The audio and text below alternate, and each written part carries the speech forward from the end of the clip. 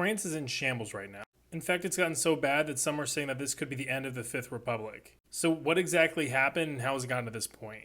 Well, to summarize it quickly, for a TikTok video, you need to know that this guy, Emmanuel Macron, the president of France, is in a very difficult position right now. There's a lot of polarization to the point that it's created a lot of gridlock within France. So last year he dissolved the parliament, held new elections, and this is what resulted. This is the new map. So you have the left wing, the centrists, and then the right wing, all basically taking up equal shares of the parliament.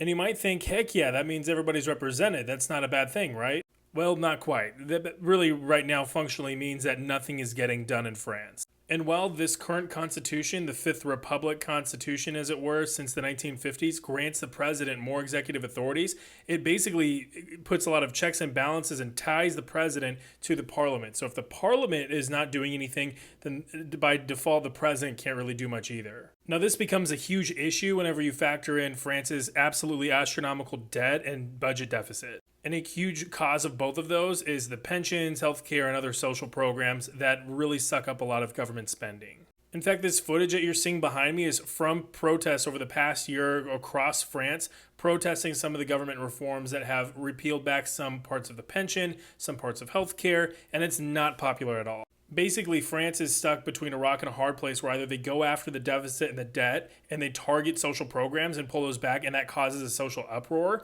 or they keep the social programs and the deficit and the debt continue to skyrocket and that sends their economy into freefall. Meanwhile, any decision that could possibly be made can't be made because, again, the parliament is hung. It's completely split and no work is being done. And any of the necessary work that needs to be done is extremely unpopular politically and socially. It also doesn't help that Macron has wanted to increase the strategic and international profile of France by making it basically the leader of an independent Europe. Well, France can't afford to do any of that, and they haven't, and Germany, ironically, has been taking the lead, at least financially. So whenever you see article titles like this saying the end of the Fifth Republic, here's kind of something to expect. No, they're not expecting Macron to get beheaded. That would be absolutely insane. Instead, what they're expecting is either for him to resign as the president or to just run out the remainder of his term until 2027 when the next election is.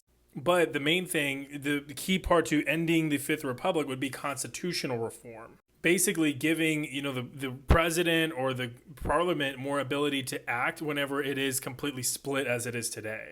In fact, nobody's really sure if Macron is going to remain for the rest of his term or if he is going to resign. And nobody knows exactly when the constitution will be amended and in what way. What everybody does know is that this current track is completely unsustainable and it's not going to last for much longer.